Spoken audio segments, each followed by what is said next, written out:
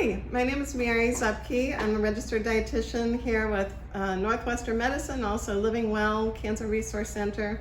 We're happy to bring you another episode of Quick Bites. Today we're going to talk about beans, and we have a tortilla bake for you. And so I hope that you're looking forward to making that. We are going to talk a little bit about the crock pot first, because this actually is an easy way to use these beans, and this is a great thing to keep in your pantry. So there might be some sometimes the canned beans are a little bit harder to find, so you can use any kind of bean in this casserole.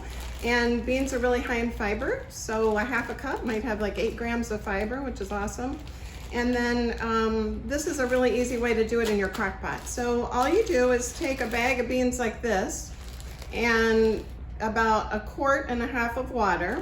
And these recipes are on our website, so you can check that out. You don't need to take notes. And then you just slice an onion up thinly, and then a couple of cloves of garlic, and then 3.5 hours later, you have beans that look delicious just like this. So it's a really simple thing, and you can keep these beans, all different kinds of beans, in your pantry, and when you're ready, you just throw them in the crock pot, and then you can use them in this recipe. All right?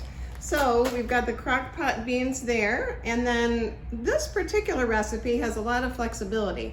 So we're going to use enchilada sauce that we found, but you can also use like a can of tomatoes and use a little chili powder and cumin. So there's a lot of flexibility. That's one reason why I like it. It's kind of like a Mexican lasagna.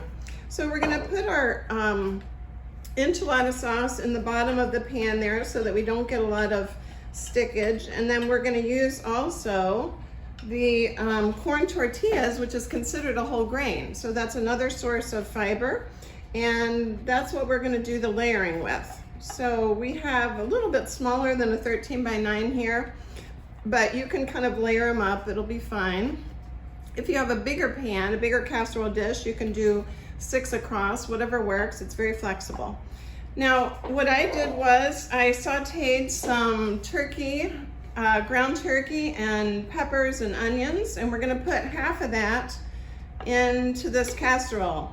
Now, if you have leftover like a pork tenderloin or even ground beef, if you can find that now, you can do that as well, but you really can add in whatever kind of leftover meat you have. So that makes it really flexible. What if you don't have meat? That's okay too. You can add in your black beans, and that'll give you some protein, and then you can chop up any kind of vegetables that you have in the fridge too. So say you have some leftover zucchini or yellow squash, then you're going to be again going right into that Mediterranean style cooking and eating the rainbow, which is what we like to talk about as dietitians.